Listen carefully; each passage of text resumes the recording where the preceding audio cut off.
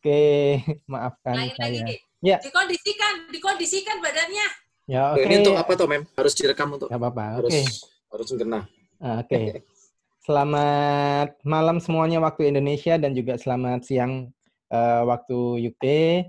Di sini kita akan coba mengobrol-ngobrol tentang English Proficiency Test. Jadi bagaimana pentingnya English Proficiency Test, terutama IELTS-nya. Jadi di sini kita sudah menghadirkan beberapa narasumber yang sudah berpengalaman baik sebagai tutor maupun sebagai test taker. Nah, yang pertama yaitu tutor, kita punya Mem Widi Hastirin. Bener ya Mem namanya ya? Mem Widi Hastirin. Mem Widi, lebih akrab dipanggil Mem Widi. Saya bacakan resume singkat tentang beliau. Jadi beliau ini lulusan master di University of Queensland di Australia tahun 2009 ya. Jadi lulus master di tahun 2009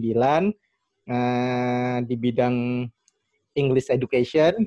Kemudian juga ya saat ini juga beliau itu sebagai seorang pengajar tutor di ini ya Mem ya di RSSA Saiful Anwar. Jadi tahun 2012 sampai sekarang beliau mengajar di RSSA di Saiful Anwar.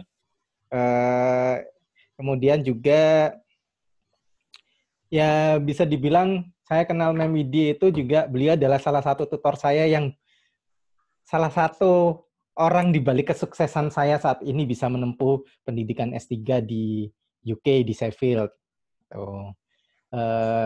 Jadi nanti beliau akan memberikan tips-tips dan juga bagaimana sih untuk persiapan dan juga bagaimana nantinya attitude kita dalam menghadapi English Proficiency Test. Nah, kemudian yang berikutnya kita punya Mas Yudo.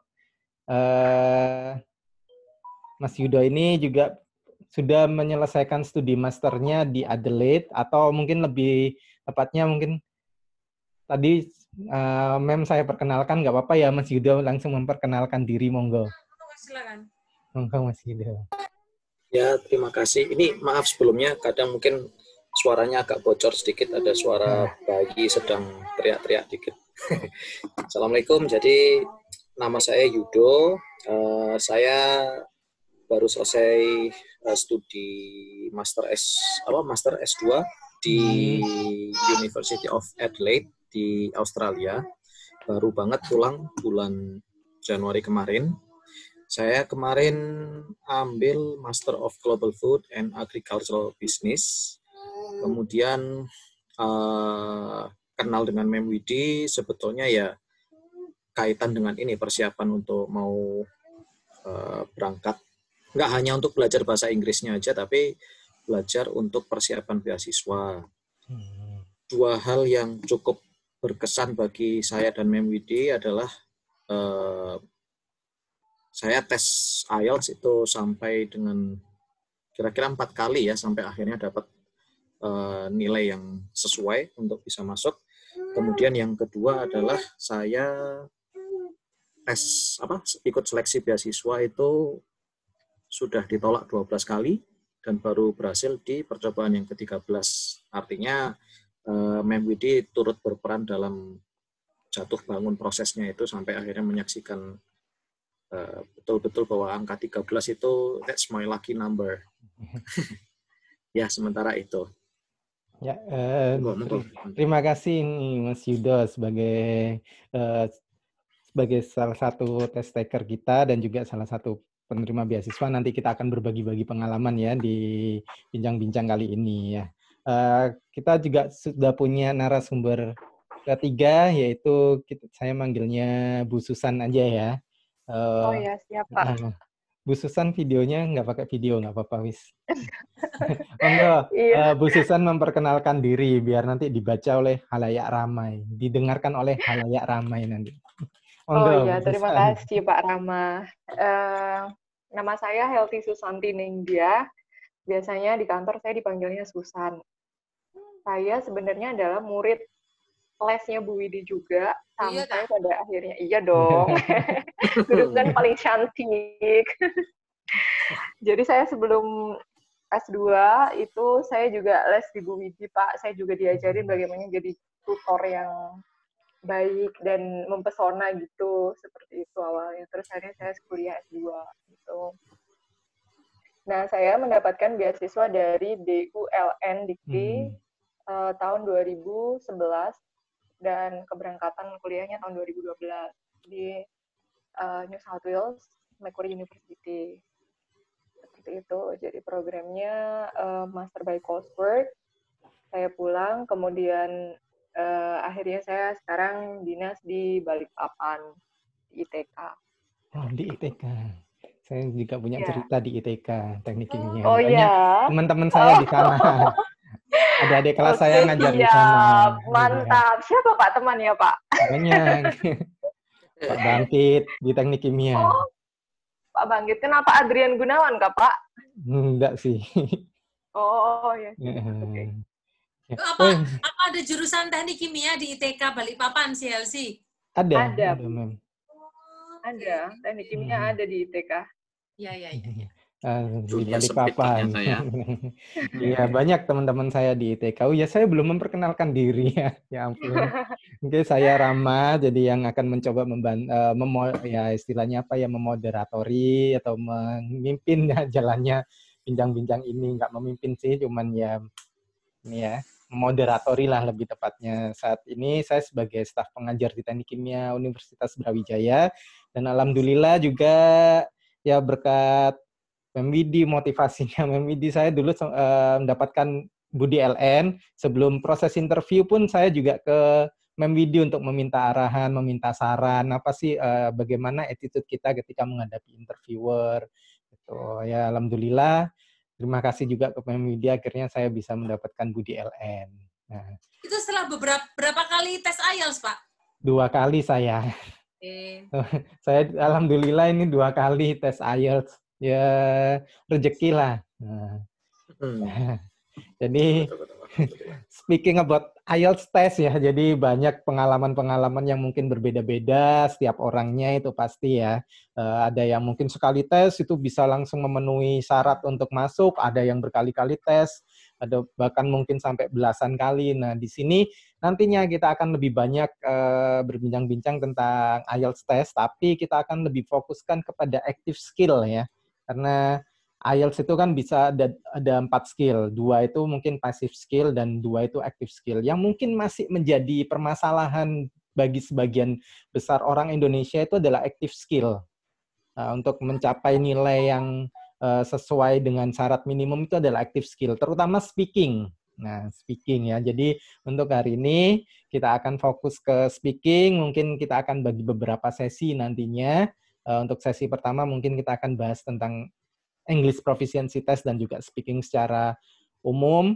Kemudian sesi kedua itu nanti kita akan berbicara tentang ini ya, struktur IELTS speaking itu sendiri bagaimana nanti. Dan di sesi ketiga nanti kita akan bicara tentang tips-tips dan juga tentang mungkin pengalaman Mas Yudo, pengalaman Bu Susan untuk apply beasiswa dan sebagainya. Baik, kita akan mulai ke sesi yang pertama. Mungkin gini, Mem, speaking itu selalu menjadi ini ya, kadang momok juga. Waduh, speaking bisa nggak ya saya speaking di depan orang bule gitu.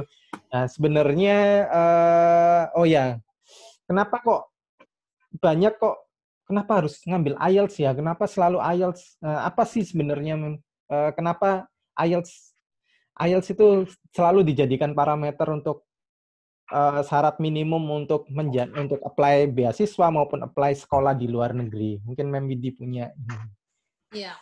So as far as university requirement is concerned, actually there are 2 internationally standardized tests overseas university usually accept, which International English Language Testing Systems, abbreviated with IELTS, or Test of English as Foreign Language, TOEFL IBD. So when we talk about standardized tests, then we talk about those 2 standardized tests, TOEFL IBD and IELTS. So those tests are one of the prerequisites or requirements of studying overseas.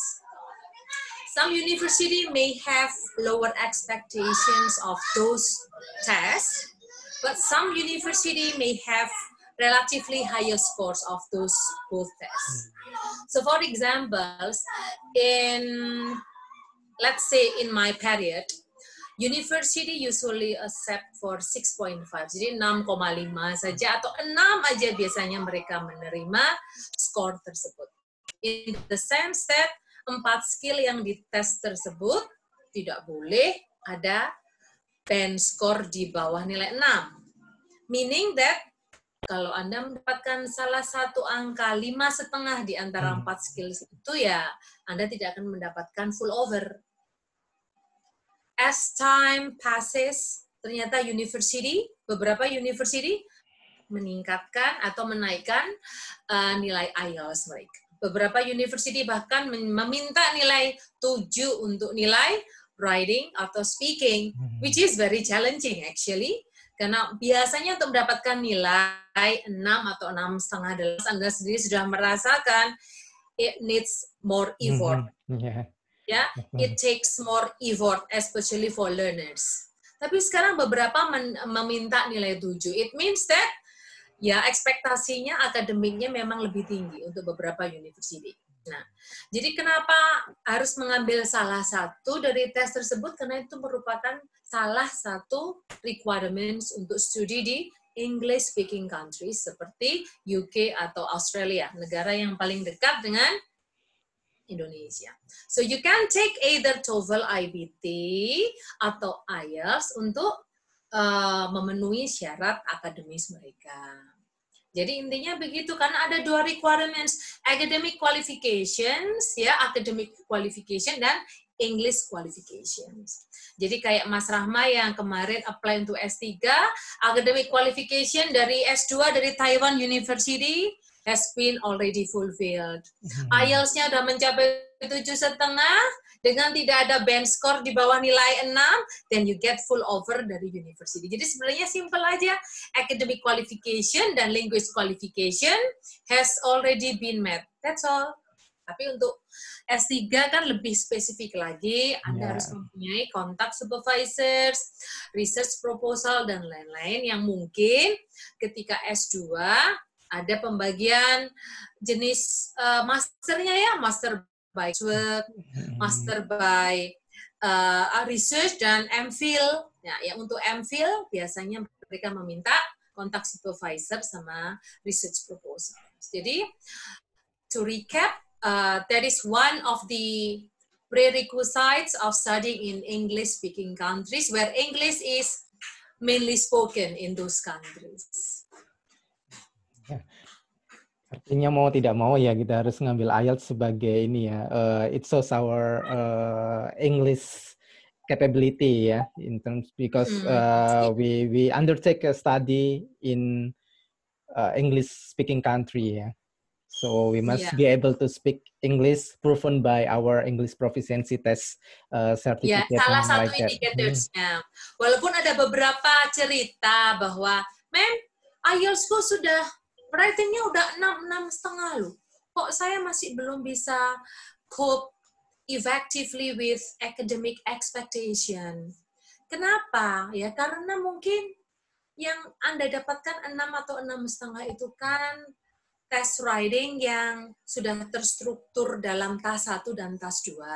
Mungkin ketika Anda benar-benar terjun di academic atmosphere di, let's say, Australian University, ekspektasinya lebih banyak lagi yang diminta oleh supervisors-nya. Mungkin jumlah kata yang harus di-cover, ya, banyak indikator atau banyak parameter lagi yang diminta oleh seorang supervisors ketika Anda berkenaan dengan assignments. Jadi sebenarnya 6 atau 6,5 itu sebenarnya kan gampangnya hanya persyaratan secara rough ya, hanya secara saya butuh full over, jadi saya memang membutuhkan IELTS 6 atau 6,5 untuk writing-nya. However, when you have already been involved, been truly engaged with academic situation, menulis, apalagi untuk menulis, saya merasa bahwa nilai 6 itu menurut saya masih you have to work very hard.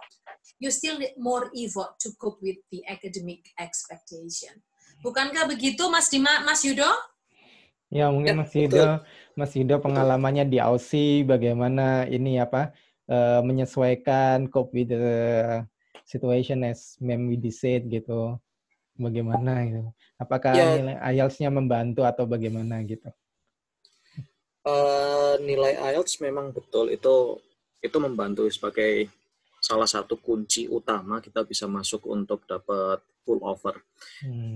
Cuman ketika kita sudah terjun langsung di perkuliahan, kadang ada beberapa faktor yang kita nggak cukup hanya sekedar mengandalkan dari yang kemarin kita tes IELTS, persiapan untuk IELTS itu sendiri, tapi ada beberapa faktor yang turut mendukung seperti seberapa cepat kita bisa membaca jurnal, karena beberapa technical words itu kita dapatnya justru dari baca jurnal, artikel yang disediakan untuk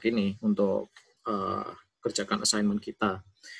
Nah, otomatis proses belajar kita untuk yang bahasa Inggris tidak hanya berhenti sampai di IELTS setelah kita dapat skor yang kita inginkan, tapi hari pertama kita menginjakkan kaki di Australia waktu saya kemarin itu justru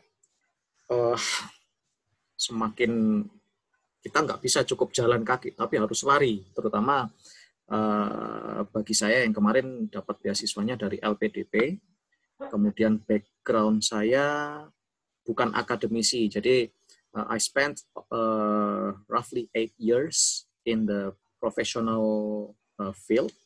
I used to be a banker, which there are no academic exposures in my previous work. So it was a very challenging atmosphere to me, while other friends, other classmates are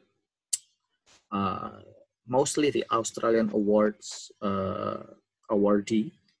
They got the what was that called? Apa itu Mem namanya Mem? Proses PDT untuk persiapan keberangkatan. Kayak PDETC. Ya, pre-departure. Mungkin T-nya training ya. Gitu ya. Ya, betul-betul. Okay. Mereka sudah betul-betul siap ketika mau berangkat dari Indonesia. Di Indonesia sudah dapat itunya, PDT. Ketika sampai di Australia, itu masih ada satu namanya semacam kayak orientasi gitu ya. Orientasi untuk pengenalan. Bukan OWIC Mem, tapi kayak IAP gitu ya, initiation. Iya, betul. Nah, itu saya dua program itu nggak dapat sama sekali LPDP. Jadi kita memang betul-betul harus berlari betul. Apalagi saya bukan hanya untuk, apalagi untuk saya ya, maksudnya nggak ada background akademik. Kemudian di Indonesia cuman ya bimbingannya juga terbatas lah. Baca jurnal juga bukan hal yang merupakan makanan keseharian saya. Bahkan yang namanya jurnal, karena saya dulu pas kuliah S1 itu rasanya akses artikel dari internet itu masih belum seperti sekarang.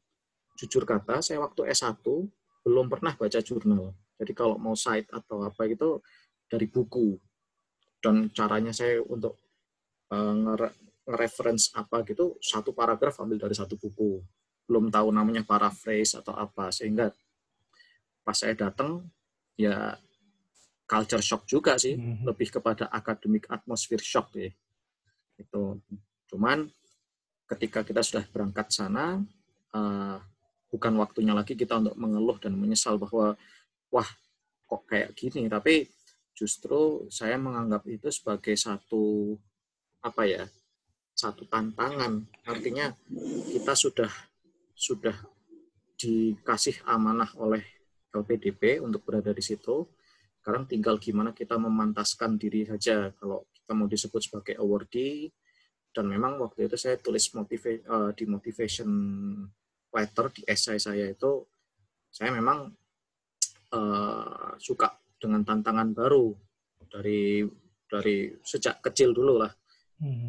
Saya bukan, ya istilahnya waktu SD saya belum bisa bahasa Indonesia, kemudian harus belajar bahasa Indonesia karena saya lahir kebetulan di Australia, kemudian baru pindah ke Indonesia pas usia 7 tahun untuk mengejar ketertinggalan dari pelajaran SD. Itu betul-betul sesuatu yang susah karena baru pindah ke sini, catur bulan pertama saya ranking 41 dari 42 siswa. Yang nilainya bagus cuma matematika, tapi nilainya 3, nilainya 4 di rapot itu. Nah, terus semakin bertambahnya waktu, sudah mulai terbiasa. Wah, ternyata betul-betul saya bahasa Jawanya kayak nol potol, tapi harus melakukan sesuatu itu. Termasuk waktu kuliah, saya S1-nya kan teknologi industri pertanian, kemudian kerja di bank. Nah, itu termasuk salah satu kondisi yang, wah ini tantangan baru ini. Nggak ada kesempatan untuk mengeluh, tapi harus telan aja mentah-mentah. Kita sesuaikan dengan atmosfer dan kita memantaskan diri aja. Gimana kalau kita berlaku sebagai seorang banker.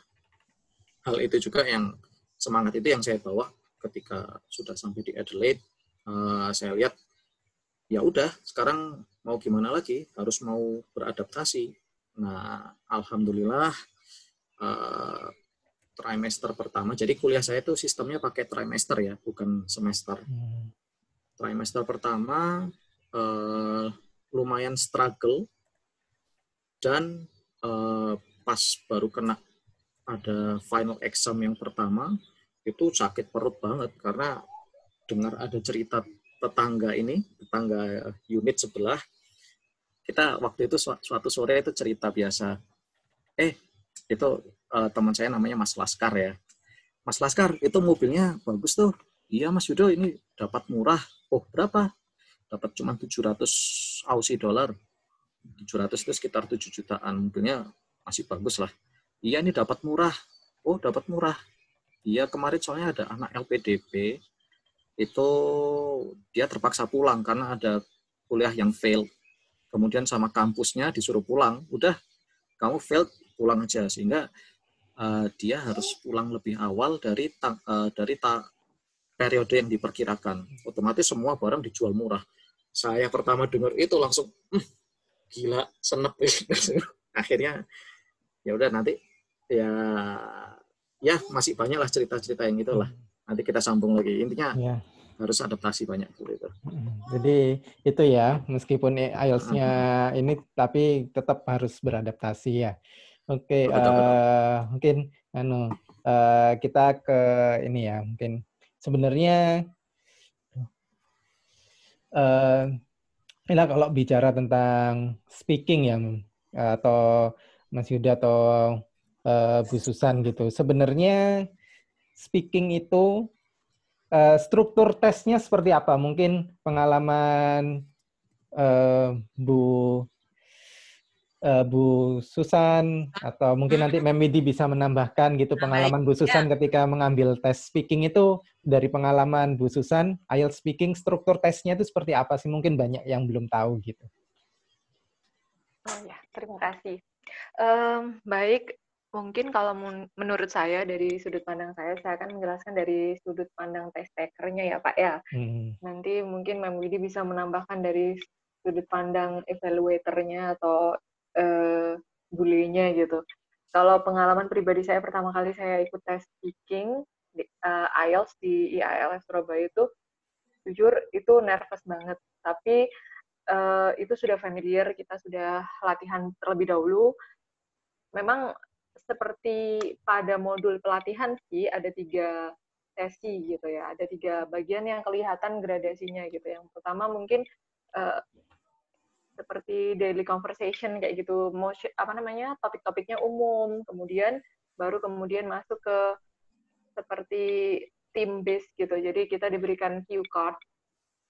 Nah, di situ kita harus mendapatkan seluruh informasinya, menata informasi yang akan kita obrolkan, kita sampaikan gitu, dan diberikan waktu, kalau tidak salah 5 menit. Jadi sifatnya itu yang bagian kedua itu kayak monolog. Yang bagian ketiga baru itu open discussion, seperti argumentatif seperti itu. Jadi ada 3 gradasi, 3 section yang saya alami gitu. Yang mungkin paling sulit itu adalah yang ketiga, bagian yang ketiga gitu. Kenapa? Karena ada bahan-bahan yang mungkin saya tidak familiar gitu. Jadi kayak misalnya flower gitu, ditanya tentang what is your personal impression about your national flowers gitu kan, saya nggak tahu ya Pak national flower saya apa gitu, kadang saya bingung gitu mau jawab. Jadi memang dia mengkombinasikan pengetahuan umum dan reasoning skill gitu. Jadi kadang-kadang itu yang harus ada antisipasinya untuk di-tackle, pengetahuan umum itu Pak. Terus kemudian apalagi ya, ternyata di situ kita juga kayak dinilai juga bagian ininya sih, saya ngerasa kayak how to present your argument, how to moderate situation kayak gitu-gitu, how to ethically counter argument, present your pros and cons, something like that. Kalau dari test takers, pengalaman saya seperti itu sih. Sesi 3 ya, berarti yang paling susah. Kalau Mas Yudo sendiri, yang menurut Mas Yudo yang paling susah di bagian IELTS speaking itu di sesi keberapa nih? Sama sih, jadi sesi ke-1, 2, 3 itu tingkat kesulitannya meningkat. Karena sesi pertama itu pertanyaannya ya kisaran what, masalah ya kayak kalau kita acuannya 5W 1H ya. Yang awal-awal itu ya tentang yang gitu-gitulah.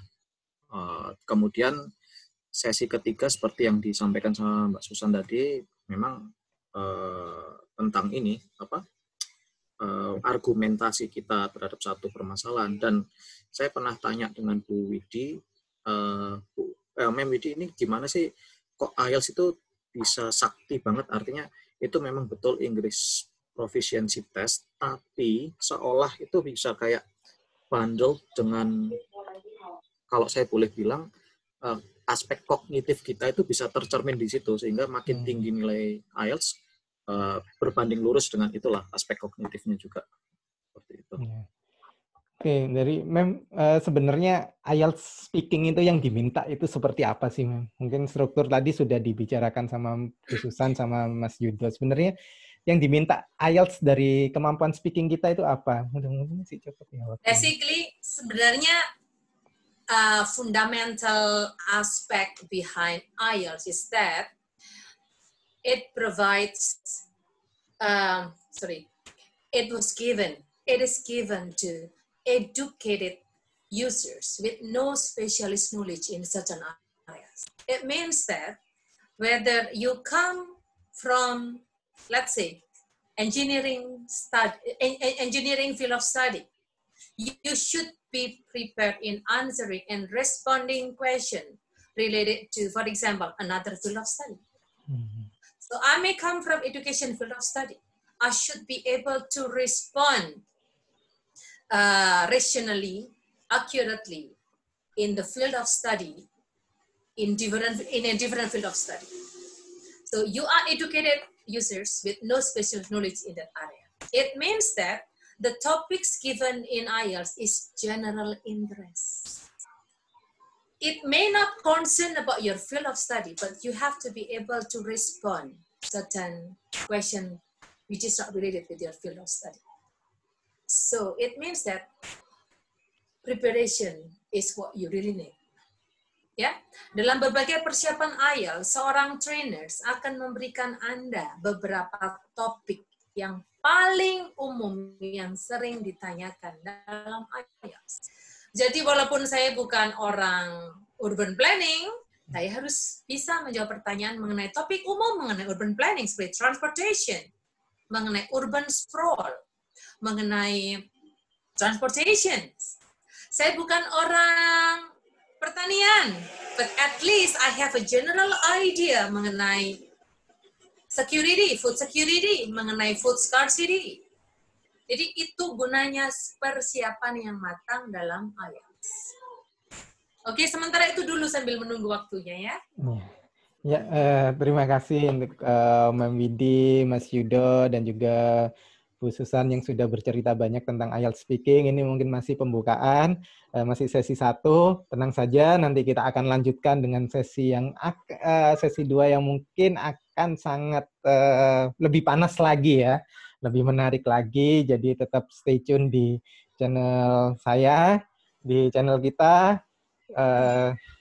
Kita akan kembali lagi setelah break satu ini.